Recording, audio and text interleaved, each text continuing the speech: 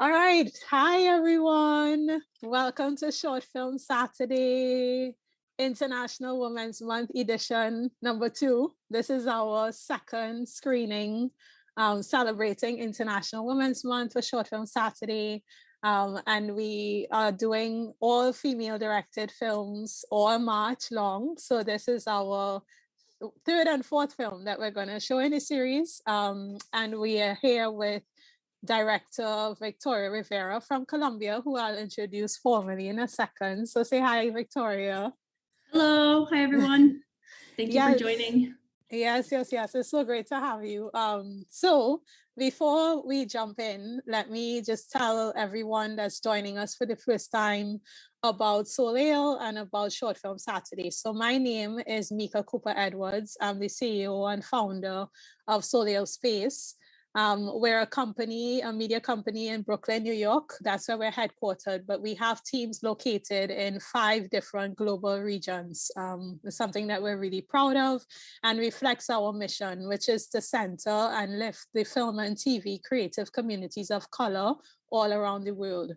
And specifically, our mission is to achieve a more equitable and representative global media landscape of film and TV. Our focus is on the global South diasporas of Asia, Africa, Latin America, the Caribbean, and the Middle East, with the goals of elevating untold stories by creators from these cultures, forming closer transcultural community bonds through events like this and other initiatives that we have.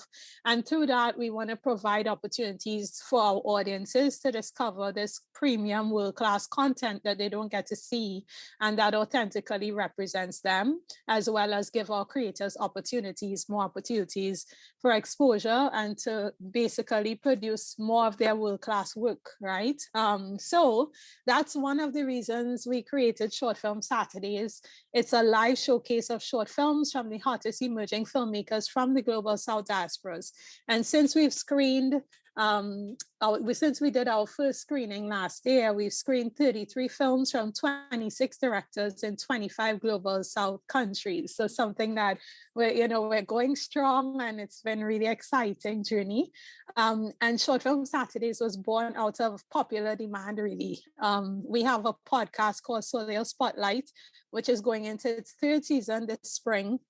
And a lot of our listeners would kind of say, after they hear us profile some of the individual journeys of global South creators, they would say, we can't see their films. Like, they're talking about these films that they made, and there's nowhere for them to see it, right? And so we said, well, why not just show the films, right? We can't show all of the films, but definitely short films tend to be a filmmaker's rawest expression of creativity and their intention early on in their career, and they do it with very limited resources, so the talent really shines through.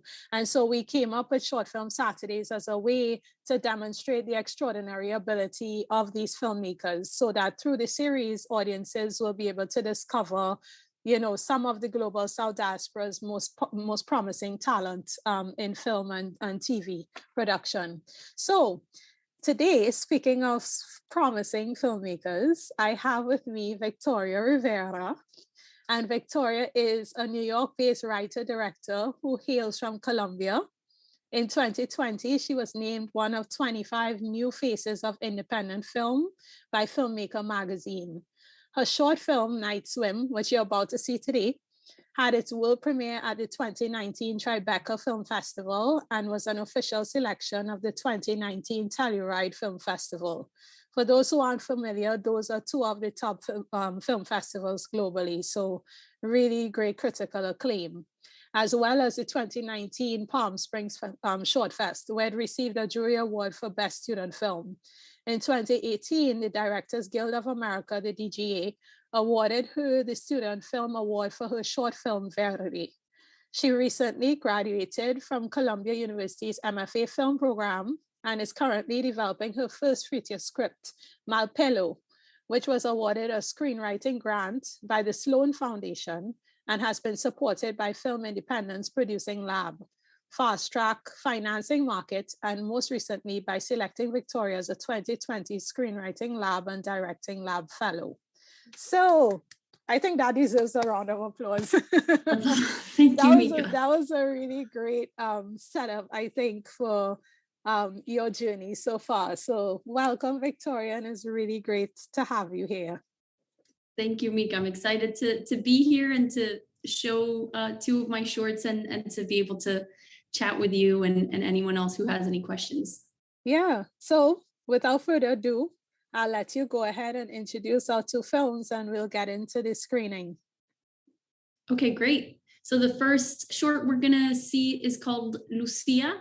This is a short that we shot in January 2020 before the world changed. And so it was the last time I was on set without masks or anything. And no. It's a short that was made as my thesis project at a Columbia University. And it was made with a lot of love, with a lot of good friends that I made and colleagues that I met during my time at Columbia. So it's a special film to me for that reason. I won't talk much about the story. Maybe we can do that afterwards. And then afterwards, we'll watch Night Swim, which I made in 2018. It was co-written with Neda Jabeli, who's a good friend and a close collaborator, and produced by Camila Sawala. So it had a team of great women behind it, as well as our DP, Allison Anderson. So I'm excited to talk about that one too, but I won't get too deep into the story. I'll let that happen afterwards. Well, one thing I'll point out really quickly is like what you just described is all female, lineups of cinematographers, director, producer, writer. So we'll talk a lot about that. This fits really good with Women's History Month. You're like keeping it up with the theme for us. That's awesome. Love it. All right, well, let's get going. So we'll start the screenings now. See you soon.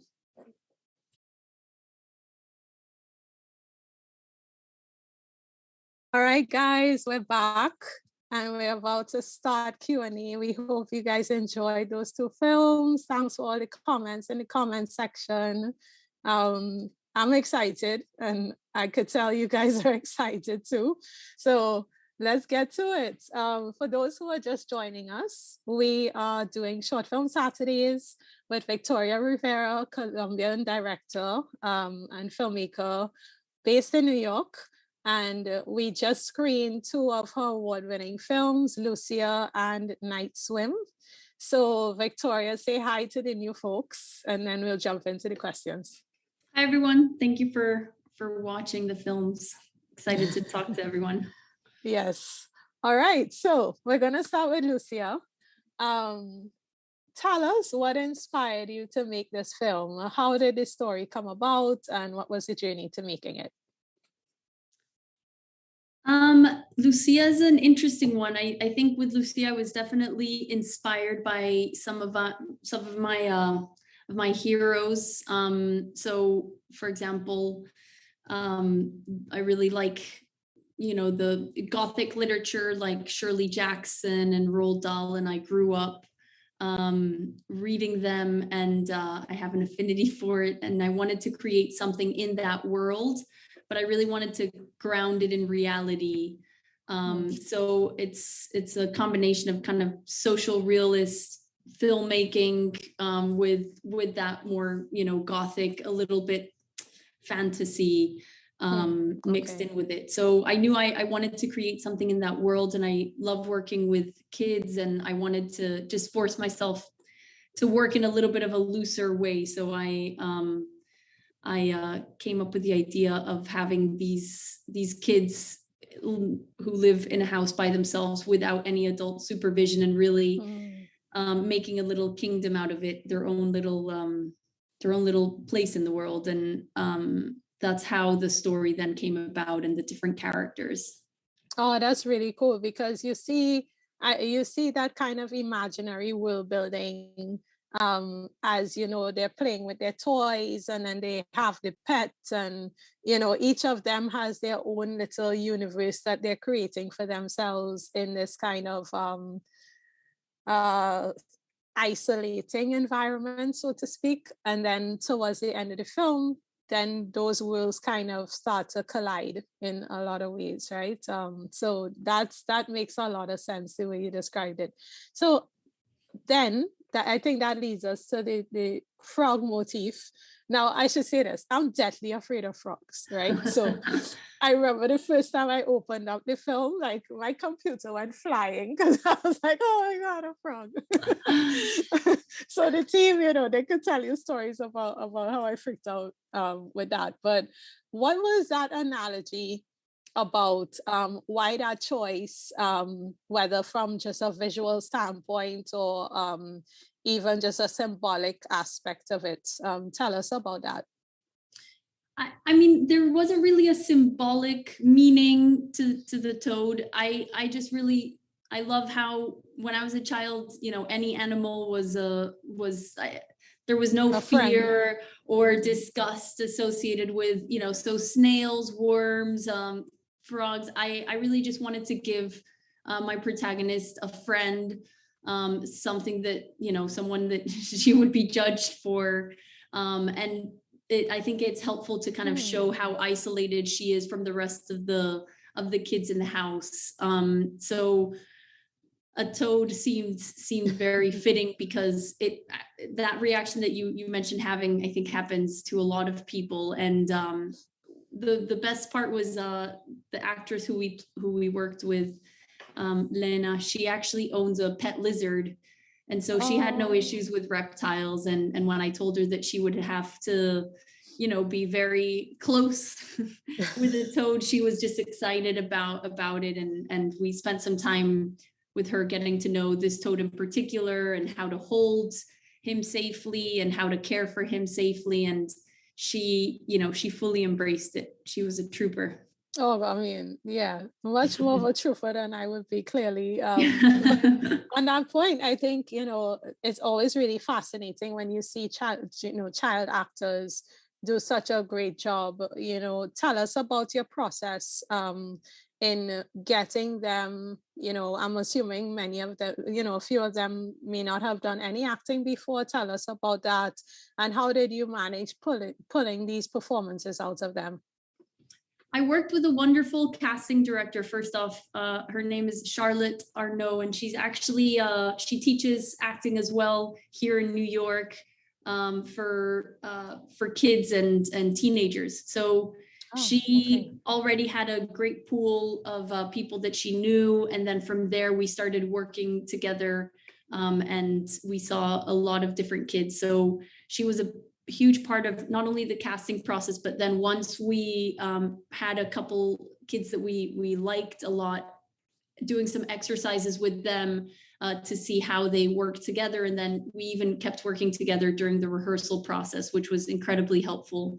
And, honestly, when working with kids, it's just a lot about making it fun and playful and getting them really in touch with what's under the scene rather than what's on the page. So they didn't actually see the script. Obviously their parents saw it so that they could, make the decision exactly if they wanted their kids to be a part of it or not. But the kids, I really asked the parents to please not share the script with them, because I just wanted the kids to play with the characters and for them to actually bring a lot to the table. So we just talked a lot about the emotion that was under a scene, or, have you ever felt this kind of envy or those feelings rather than actions. And it forced myself and my whole team too to work in a much looser way, which I wasn't accustomed to. So that was a big part of the process for me, and I really enjoyed that. Okay, so is it safe to say that you'll be doing more films with child actors? Like, you enjoyed it and you'll be doing more of that, you think? Yeah, maybe not 5 of them with a toad. But he's not a toad. Please. And the toad, by the way, is called Michael Caine. He is a cane gosh, he has toad. A name? Yeah. That's hilarious. He's a cane toad, so he's appropriately named Michael Caine. And he was actually wonderful to work with. I have to say, I was really worried about working with the toad, and he was great. Wow, that's so amazing. Yeah. No, I mean, that's so impressive. But going back to kind of what you talked about in terms of like the Gothic, a little bit of Gothic fantasy, literature inspiration, tell us about how you brought that through on screen for this. One of the things that we felt was really strong about this film was the color palette that you used, and it was very interesting and textured, and it beautifully pulled off the choice of the film. What led you to choose this vintage inspired look? Is that directly related to that inspiration that you mentioned? It is, yes. And, one of my favorite things about working in film is that I get to work with really talented people who are really, good at in their own field. And I get to kind of bring them together.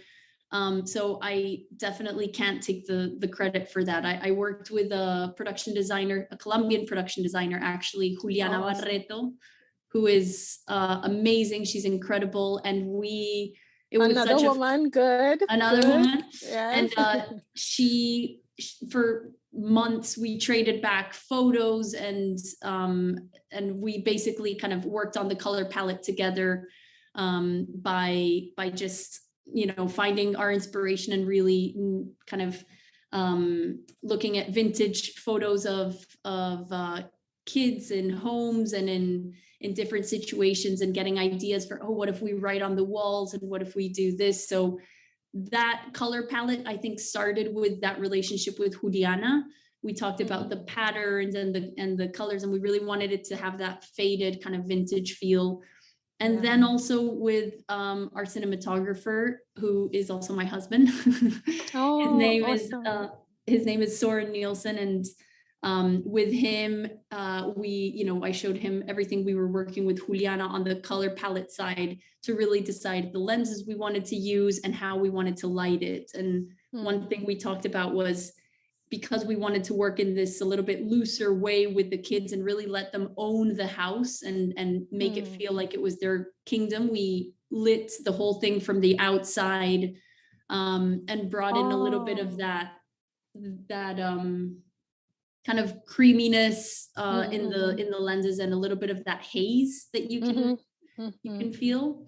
Yeah. And then lastly, our color specialist was Kath Raish, who did a beautiful job afterwards when we had our edits to really color grade it in a way that again worked in sync with how we had planned the production design and all the cinematography. So it was really, I think, those three really talented artists who helped with that look. Oh, that's awesome. And going back just to how you ended it, all the time, these kids were, as you said, you did a great job with like creating that feeling of isolation, even though they were in the same house. And, then as a result of that isolation, they had to create their own companions, their own imaginary companions, etc. But the little girl and the boy, the older boy, they got into it. And so that ending where she was basically abandoned, and it alluded to her being abandoned over and over again, right? Like a hope that kept being dashed, and them kind of coming and supporting and comforting her. And it was twofold abandonment, right? It was like her mom who didn't pick her up, and then it was her pet who died, right? So tell us about that choice of ending and what what you were meaning to convey about the overall point of the film. I really wanted to explore just the theme of home in the short, and I think home ultimately is made up by the people.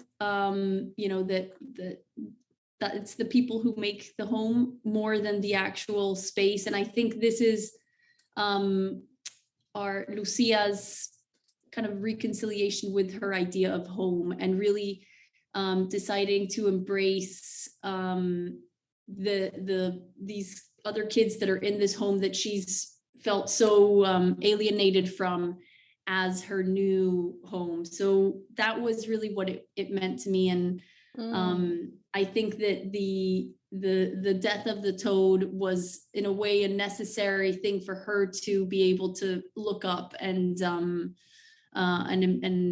you know, find that within the other kids in the house. Okay.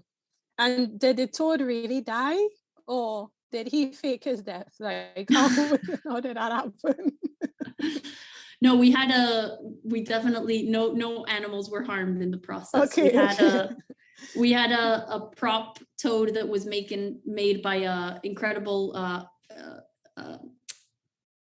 visual effects artist in Colombia, and was shipped all the way from Colombia. Oh my goodness! We had a fake double that we used for that ending scene. That's awesome! Wow, yeah. The toad had a double. That's the so toad great. had a double. The toad was a diva. Body double, right? Oh, okay, cool. Well, let's transition to Night Swim. You know, for everybody listening, I told Victoria that I was actually in the theater when this film premiered at Tribeca Film Festival in 2018. So when it came across my desk, you know, through the submissions and stuff, I instantly recognized it and was so excited. So really, you know, hyped to talk to you about this, because like you said, the day of the festival, you were getting married. So, you know, I didn't get to hear Q&A, so it's great. This comes full circle. So tell us about Night Swim. You know, it was not just visually arresting, but it was like a very intimate story that took me back to my teenage years, especially as a teenage girl. So it was a really great experience. But what brought you to the story, and how did it come about? So this short was written, like I said, with my co-writer, Netta Jabelli, and we spoke a lot about just experiences growing up and how stupid some of the decisions you make growing up when, you know, you're still finding your identity and who you are around others. And a lot of times I think the trap that we fall into as we're becoming young adults is trying to mold ourselves into somebody we're not, just to fit in, or we talked a lot about those feelings and wanting to make a short about that was a coming of age that really centered around that, around our moral compass and what are the decisions that start to make us into who we are, that, you know, as adults we might look back on and see with completely different eyes. And I felt that, you know, and I think especially teenage girls, well, teenage boys have their own, you know, I guess it's a different experience, you know, by gender, which I'm sure is changing as well. But, you know, there's some unique things about, I think, being a teenage girl that you really brought out, you know, that felt so intense and magnified, you know, especially when it comes to the desire to fit in, right? And choices of who to associate with, you know. And I'm sure it manifests a little differently for boys in those groups, right? And even the boys that were kind of harassing them, right? I'm sure there was a little bit of that happening there, right? The group think and the choices of what you do, right? So showing her not wanting to jump into the pool, you know, showing her not wanting to you know, trespass onto this property, right? Did you draw from your own experiences here? Because it really brought back a lot of memories of me doing things I should not have done as a teenager. Definitely doing just stupid things like that, like trespassing and going along with it because of, you know, feeling some sort of group pressure. I think everybody has their own version of those kind of things that you later look back and regret a little bit. So that group pressure, and especially within groups of girls, I think sometimes growing up there can be a lot of toxic competitiveness and you know, fight for affection and friendship, and and all of those vulnerabilities that we have at that age just get exposed. So that was a big part of it. Okay. And I'm curious also about the moral dilemma of, it sounded like Court was her name. What was her name? Carson? It was Carson. Okay. The main character, yes. Yes. So her choice at the end to lie about Julie leaving the pool, right? Which, had a lot of implications, serious implications. And so it kind of went from a very light, I mean, you kind of felt it in its suspense all along, but it went from a very light kind of, oh, okay, they're just, being kids, to, something a lot more serious implication of this decision, right? And throughout, this girl was the cool girl that will get them into trouble, right? But then she became a victim, right? And she became a victim possibly because of the choices that Carson made that, the other friend wasn't aware of, because she was trying to win her affection. There was jealousy shown, leading up. There was so many layers to it. And so, really curious to hear, what was it? Was it out of jealousy? Was it out of a sense of holding Julie accountable for the things that, Carson felt were Julie's mistakes? Or was it self-preservation because she was afraid that they would gang rape the two of them as well, potentially? I think there's a part of all of that in that decision. I think it was a split second decision, and with our actress Adriana Santos, who's actually also Colombian. We spoke about all of that. I don't know ultimately what she used in that moment as her big motivation, but my intention was to place the audience in the very uncomfortable situation of being unwillingly complicit now in this thing, because you have your protagonist, you have a certain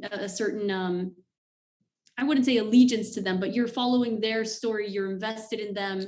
And then I wanted to kind of flip the table a little bit and put you in this uncomfortable situation where you now share this secret with the protagonist that you really don't want to have. So that was my intention behind that decision.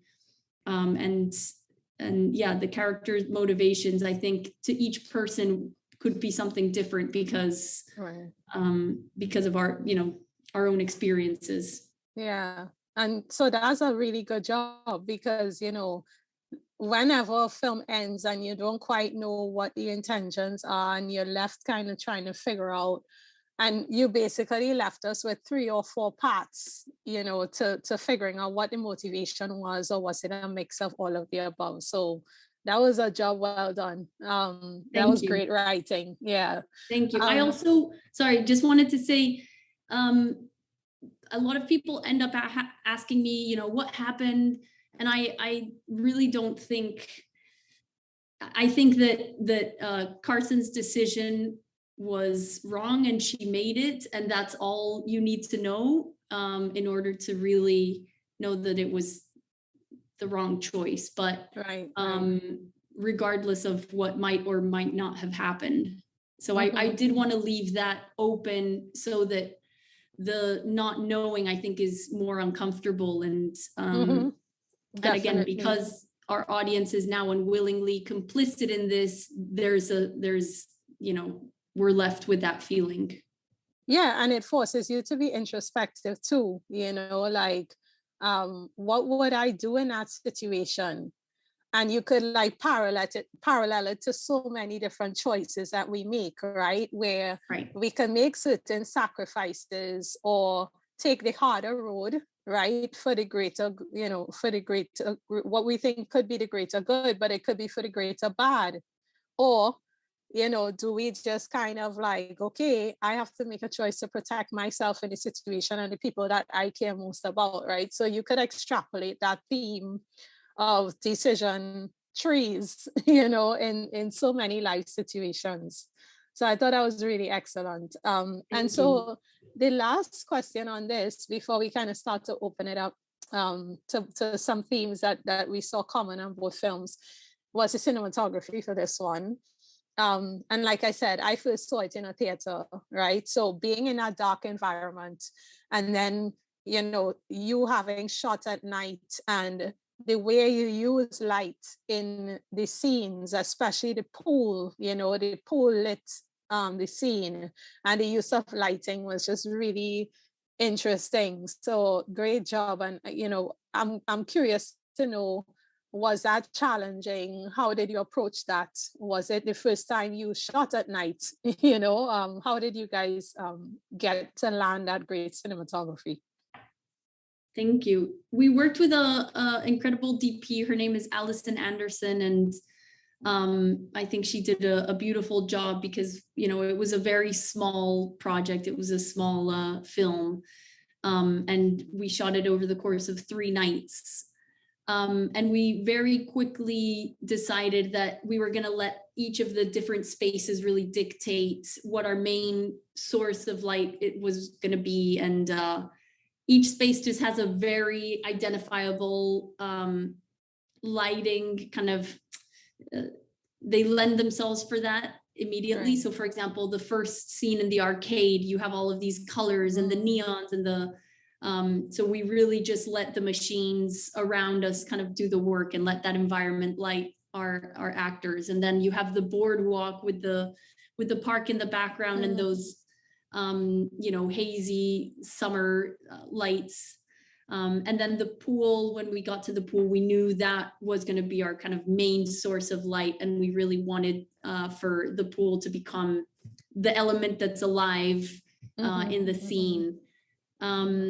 So really, you know, or afterwards when the girls are in the park after they've ran, we actually had scouted that park and all of the lights in the park were on. And then when we got there that day, they turned all off. So we were like, oops. And we just embraced the really low light. So in general, even though we shot at night, we really knew we didn't want to overlight everything. We didn't have, honestly, the budget to do that either. Right. So we embraced the locations, what they could offer, and we blocked it in a way that we could really use the light from each of the spaces in our favor. Well, I think it's a good accident that the lights were off, you know, for that scene. Yeah. Because, I mean, I'm just kind of thinking back retrospectively, you know, if it was bright, it may not have felt as somber or as, like, you know, secretive or exactly. You know, so exactly. it fit your mood pretty well. And, you know, in production that happens, right? That's the magic that happens that you don't plan for, and usually it make you freak out if you knew it was going to happen, but then it happens and it's like, oh, this is actually pretty good, you know. Exactly, the happy accidents we love. Exactly. All right, and then for both films, like, there's some broader themes that we were curious about. You know, first, the characters. Were any of these based on people you've known in real life? No, they're all just, molded characters from different facets of personalities and characters, but not molded off of one person whatsoever, no. Right, okay. And then the male-female dynamic in both films. Each of them present older males as antagonistic forces. And that's a reality for a lot of young girls, right? They're either antagonistic forces or forces of intense admiration and almost danger, you know, but danger in an intense, passionate way. You know, why did you choose? Was that a deliberate choice, I would say, or a theme that you kind of want to bring out in your films in general? It honestly wasn't. It wasn't a deliberate choice. And I don't like to generalize as, like, you know, males are one way, females are another. I think in both cases, I wanted to speak about girlhood and about certain elements and facets. And, you know, it was my experience.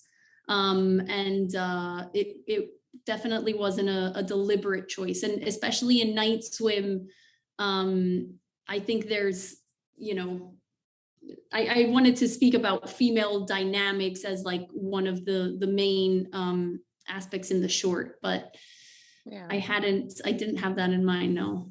No, but you did a good job at prioritizing the female dynamic.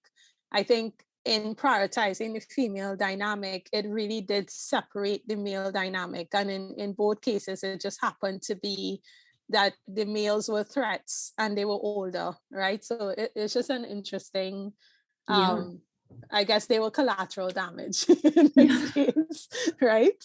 All right, so I have a question for you, but in the meantime, what we would do is open it up to the audience to submit their questions, right? So we'll be taking those in a second. So you guys could go ahead and submit your questions for Victoria.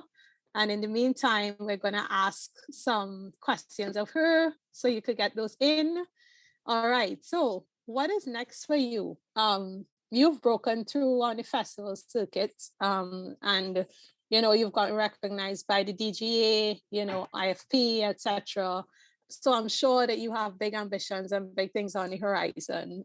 Where do you want to go as a filmmaker, and what projects that you could talk about that you'll be looking out for? We mentioned your feature film that you're working on in the intro. So tell us what you can about it. Of course. So I love making shorts, and I think it'll always be, in my life in one way or another, but I'm excited to make that next jump in my career and make my first feature. So a lot of my efforts are pointing that way. I have a feature in development called Malpelo, which is about a female freediver who sets off to an island in Colombia called Malpelo Island, which is home to one of the largest congregation of hammerhead sharks. And she sets off on a boat to do some shark research work with a crew of men she realizes she can't trust. So I guess it is a theme in my work. And that project is I'm working with my producer who produced Night Swim and Verde. Her name is Camila Zavala. And I'm working with a co-writer, a Chilean writer-director called Leticia Aquel, who's incredible. And we've been working together on that script. And we've taken it through a couple great labs, and we have the support of incredible organizations like Film Independent and Sundance and Athena Film Festival. So that's been a really fun journey, and that's I think what we're hoping our first feature will be. Okay. And then I've also really wanted to develop Night Swim into a feature, so I'm working with my co-writer. I was going to ask you that, if you were going to develop it. Yeah, I've been working with Neda Jabeli, who co-wrote Night Swim, in turning it into a feature, and I actually will be heading to a writing residency in May to go work on that with her. So I'm really excited about that as well. Oh, that's awesome. Congratulations. Thank you. Yeah, because it's just like we were talking about, right? The film it left you, with these 4 different crossroads that it could go next, right? And like you said, like a lot of people are asking you, well, what happened next? So it really does lend itself very naturally to a feature film, and there's so many jumping off points that I'm excited to see what you choose to go with there. All right. So let me just take a look at some of the audience questions. There was a comment early on that was one of my favorites. It says, these 2 films have the most busted friends ever. We have like people who just like say whatever on this thing. Let me see. All right. I'm scouring through. I'm wondering if I'm not seeing any audience questions. Let me refresh and see if anything comes through again, because I know we have a little bit of a delay. All right, here's one. Yeah, it was a delay. All right. Do you have any tips for hiring all-woman crews? I haven't really had trouble doing it, but so I'm guessing this person is a filmmaker. I haven't really had trouble doing it, but I still want to know if you have any tips. I'm guessing if you've run into challenges, because in the industry, I think that's changing quite a bit, but you hear, producers or even production companies saying that, whether it's women or people of color, that, yeah, it's not that easy to do, it's this big challenge that they have to overcome. So, what's been your experience with that? What's your take on that?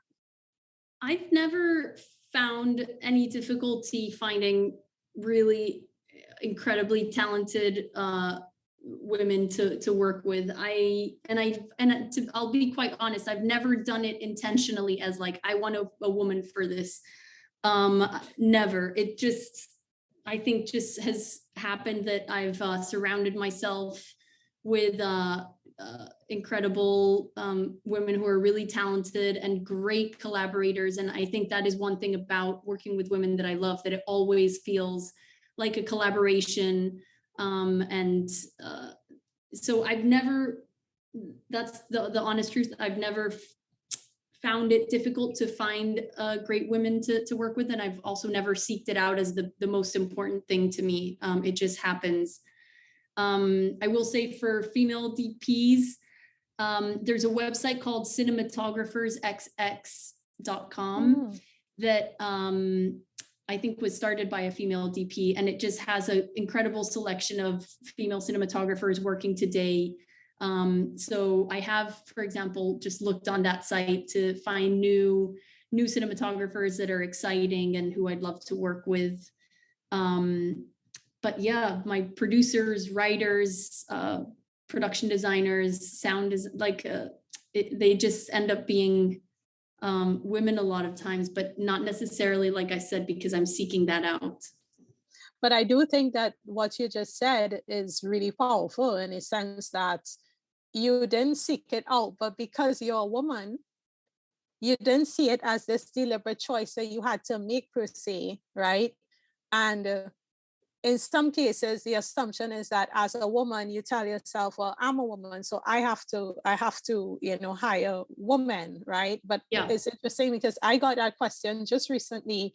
I had to like do an interview and send some written responses. And I really struggled on this one where they asked, you have a team of mostly women, like, is that deliberate? And I was like, no, it wasn't deliberate, because once you live that, you surround yourself with strong, powerful women, and women just naturally collaborate with each other in a different way. It's a lot more intimate, and the way we support each other too, it just kind of flows into your work, right? And then you look back and you're like, yeah, I'm really proud that it's mostly women, but it wasn't something that was a big struggle that I had to, go find them in a haystack somewhere, because there are many talented ones. You just have to expose yourself to them. So I think that's a really good, almost like reverse way of looking at it, right? I will say another place where I like to find collaborators or just new exciting work is Free the Work. For whoever doesn't know it, there's just a great selection of production designers, directors, writers, cinematographers. It's also a great place to find new exciting, collaborators. Definitely. Yeah, I'm familiar with Free the Work as well, and they're doing a really good job. And okay, so I don't want to leave anybody out. I'll take two more audience questions because they're starting to flow in.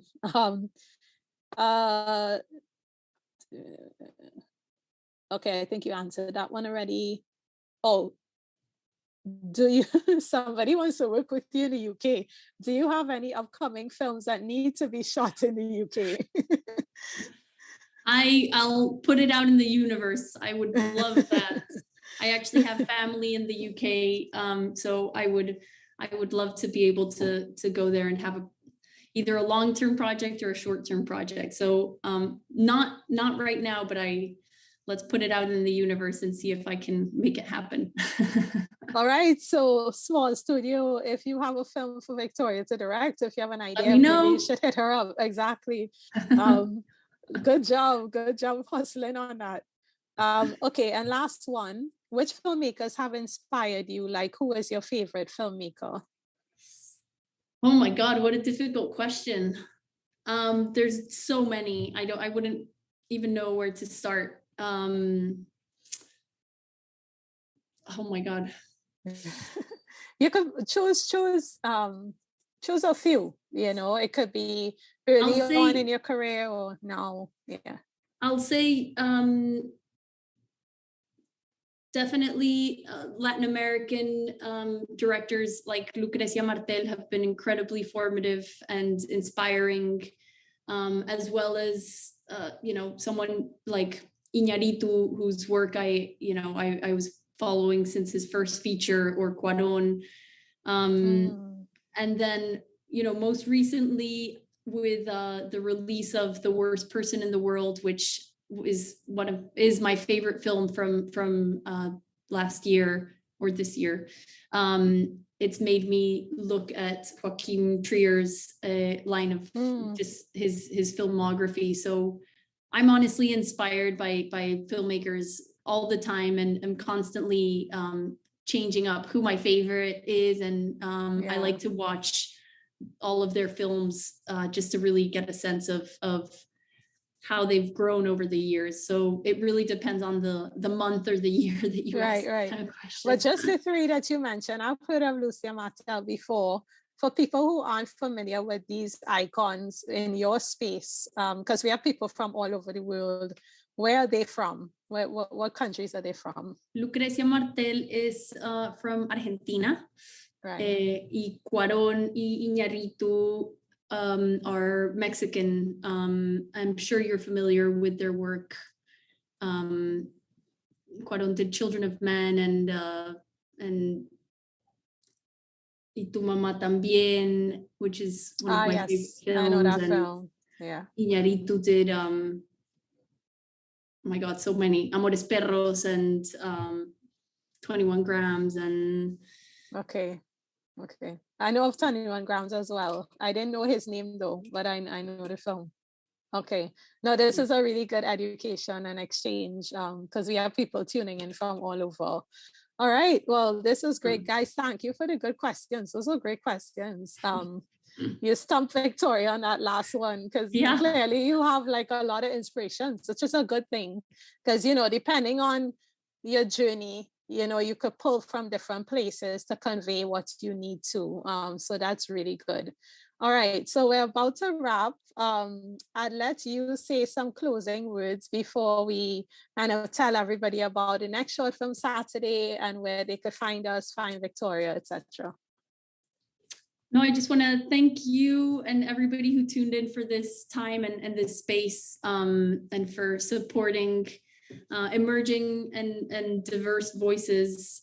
So I'm going to be tuning in. You have a new fan. I'll be tuning in for other conversations. So truly, thank you for giving us this time. Yes, thank you too. This was awesome. And, you know, just for everyone to know, Victoria has 3 films that we wanted to screen today, but we wanted to make sure to give the 2 films their space. So there's a 3rd one, Verde, that's really great.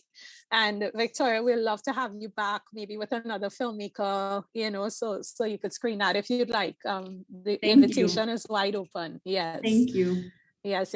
All right, guys. So thank you for tuning in. The next short film Saturday is March 26th. So this will be the last short film Saturday of our Women's History Month series. And we're really excited because we're going to the Middle East. It will be our first short film Saturday with, firstly, all Middle Eastern directors. And on the cherry on top is 2 female Middle Eastern directors. And we're also launching our partnership with a media partner called Moving Images Middle East. For those in the MENA region, you'll be familiar with them. They are the top editorial site covering film and TV from the Middle East and North Africa. So a lot of exciting stuff to come to end Women's History Month with a bang. And so we're going to make history with this last one. We're really excited. So we'll be, you know, showing films from Nada Riyadh from Egypt and Pantia Medina from Iran.